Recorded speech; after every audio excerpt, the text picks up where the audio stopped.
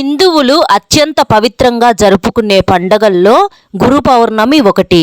ఆషాఢ మాసంలో వచ్చే పౌర్ణమిని గురు పౌర్ణమి అని అంటారు.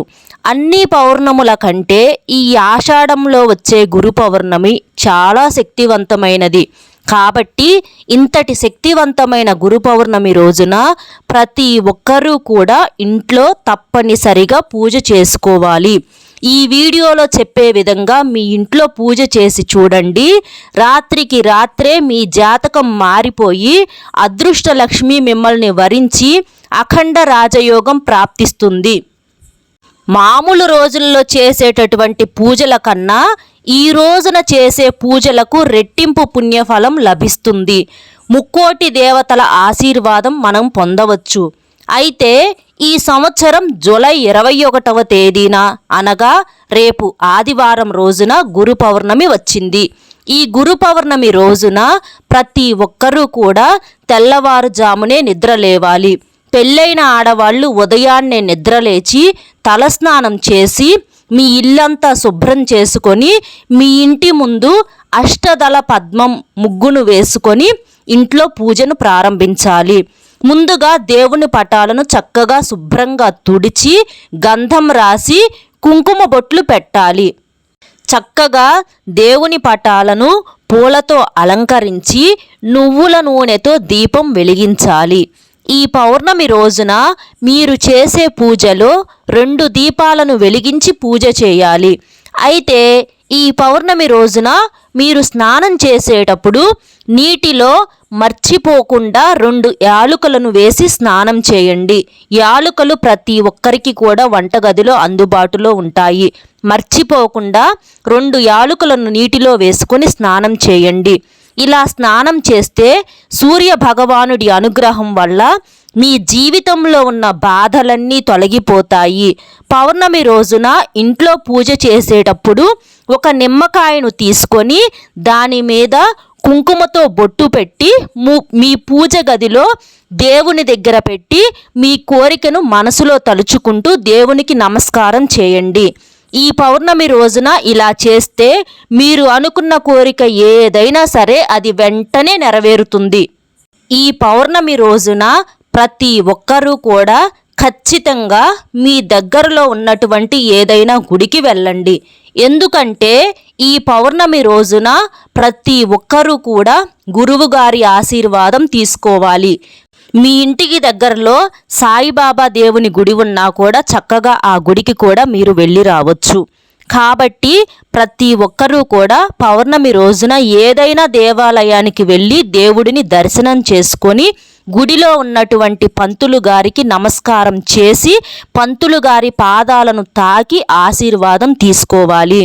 ఈ గురు పౌర్ణమి రోజున పండితుల ఆశీర్వాదం తీసుకుంటే మీ జాతకంలో గురుబలం అనేది పెరుగుతుంది. మీ ఇంటికి బాగా కలిసి వస్తుంది. ఇక మీ జీవితంలో కష్టాలే ఉండవు. మీ జాతకంలో ఏదైనా దోషాలు ఉన్నా, కీడులు ఉన్నా, ఏదైనా గత జన్మ కర్మలు పాపాలు వెంట పడుతున్నా అవన్నీ కూడా చక్కగా తొలగిపోతాయి. మీకు ఆ దైవం యొక్క అనుగ్రహం అనేది ఖచ్చితంగా ఉంటుంది. అయితే చాలామంది కూడా పౌర్ణమి అంటేనే తులసి మొక్కను పూజించటం, రావి చెట్టుకు ప్రదక్షిణలు చేయటం చేస్తూ ఉంటారు. అయితే ఈసారి ఈ గురు పౌర్ణమి ఆదివారం రోజున వచ్చింది. కాబట్టి ఆదివారం రోజున తులసి మొక్కను ముట్టుకోవటం కానీ, రావి చెట్టుకు ప్రదక్షిణలు చేయటం కానీ అస్సలు చేయకూడదు. ఆదివారం రోజున తులసి మొక్కని అలాగే రావి చెట్టును పూజించకూడదు. ఆదివారం రోజున రావి చెట్టులో దరిద్ర దేవత నివాసమై ఉంటుందట. కాబట్టి ఆదివారం రావి చెట్టును తాకితే దరిద్రం పట్టి పీడుస్తుందని పండితులు చెబుతున్నారు. కాబట్టి ఆదివారం ఒక్కరోజు మాత్రమే రావి చెట్టును మరియు తులసి మొక్కను ముట్టుకోకూడదు. ఈ పౌర్ణమి రోజున సాయంత్రం సమయంలో చంద్రుడిని చూస్తూ ఏదైనా మీ మనసులో ఒక కోరికను కోరుకొని చంద్రుడికి నమస్కారం చేస్తే మీరు అనుకున్న కోరికలు ఖచ్చితంగా నెరవేరుతాయి. పౌర్ణమి అంటేనే లక్ష్మీదేవికి అంకితం. కాబట్టి పౌర్ణమి రోజున చేసే కొన్ని పరిహారాల వల్ల మీ ఇంట్లోకి ఖచ్చితంగా లక్ష్మీదేవి అడుగు పెడుతుంది. కాబట్టి ఈ పౌర్ణమి రోజున సాయంత్రం 8 గంటల లోపు మీ ఇంటి గుమ్మం ముందు నువ్వుల నూనెతో ఒక దీపం వెలిగించండి. గురు పౌర్ణమి రోజున ఇలా దీపం వెలిగిస్తే లక్ష్మీదేవి ప్రసన్నురాలవుతుంది. తద్వారా మీ ఇంట్లో డబ్బు సమస్యలు ఉండవు. ఎవరికైతే అప్పుల సమస్యలు ఎక్కువగా ఉంటాయో అలాంటి వారు ఈ పౌర్ణమి రోజున హనుమంతుడి పటం ముందు నెయ్యి దీపం వెలిగిస్తే మీ అప్పులు త్వరగా తీరిపోతాయి.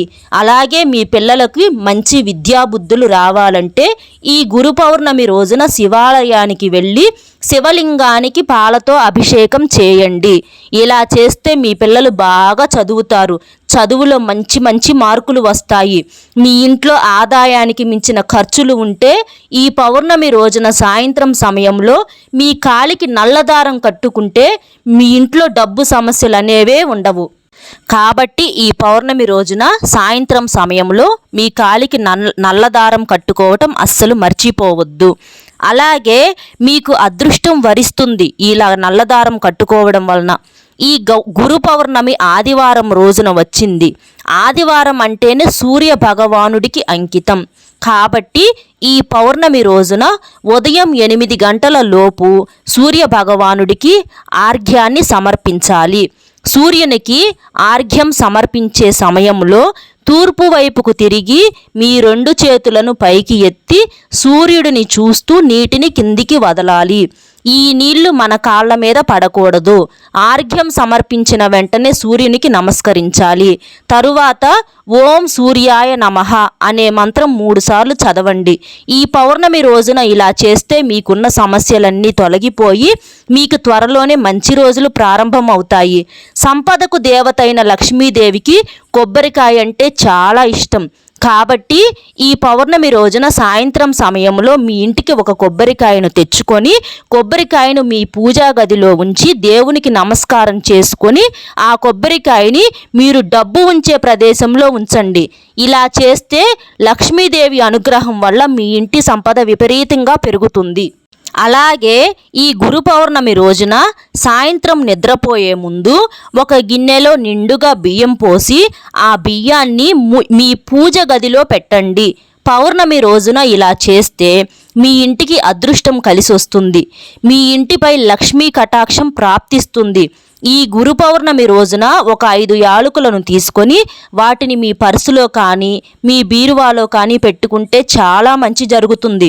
ఇలా చేయడం వలన మీకున్నటువంటి డబ్బు సమస్యలన్నీ తొలగిపోయి మీ పర్సులో ఎప్పుడూ కూడా డబ్బు అనేది ఉంటూనే ఉంటుంది. ప్రతి పౌర్ణమి రోజున మీ ఇంటి గుమ్మానికి మామిడాకుల తోరణం కడితే చాలా మంచిది. మామిడాకులు ఉన్న ఇంట్లోకి ముక్కోటి దేవతలు అడుగు పెడతారు. ఏ ఇంటి ముందైతే మామిడాకులు ఉంటాయో అలాంటి ఇళ్లల్లో ఎలాంటి కష్టాలు లేకుండా ఉంటాయి. భార్యాభర్తల మధ్య ప్రేమ పెరగాలన్నా దంపతుల మధ్య ఉన్న గొడవలు తొలగిపోవాలన్నా ఈ గురు పౌర్ణమి రోజున శ్రీ విష్ణు గాయత్రి మంత్రాన్ని జపించండి. ఆ మంత్రం ఏమిటంటే నారాయణాయ విద్మహే వాసుదేవాయ ధీమహి తన్నో విష్ణు ప్రచోదయాత్ అని వివాహమైన ఆడవాళ్ళు పౌర్ణమి రోజున ఉదయం స్నానం చేసి ఈ మంత్రాన్ని 3 సార్లు జపిస్తే దంపతుల మధ్య అన్యోన్యత పెరిగి భార్యాభర్తల మధ్య గొడవలు లేకుండా ఉంటాయి. చూశారు కదా, రేపు గురు పౌర్ణమి రోజున ప్రతి ఒక్కరూ కూడా చక్కగా ఈ విధంగా నేను చెప్పినట్లుగా పూజ చేసుకొని గుడికి వెళ్ళి గుమ్మం ముందల చక్కగా అష్టదళ పద్మ ముగ్గును వేసుకొని ఇలా చేస్తే లక్ష్మీదేవి అనుగ్రహం మీకు కలుగుతుంది. లక్ష్మీదేవి మీ ఇంట్లో తిష్ట వేసుకొని కూర్చుంటుంది. దరిద్ర దేవత మీ దరిదాపుల్లో లేకుండా పారిపోతుంది. కుబేరులవుతారు. అందులో ఎటువంటి సందేహము లేదు. ఈ వీడియో మీకు నచ్చితే ఒక్క లైక్ ఇచ్చి మరిన్ని మంచి వీడియోస్ కోసం మన ఛానల్ను సబ్స్క్రైబ్ చేసుకొని సపోర్ట్ చేయాలని మనస్ఫూర్తిగా కోరుకుంటున్నాను. సర్వేజన సుఖినో భవంతు.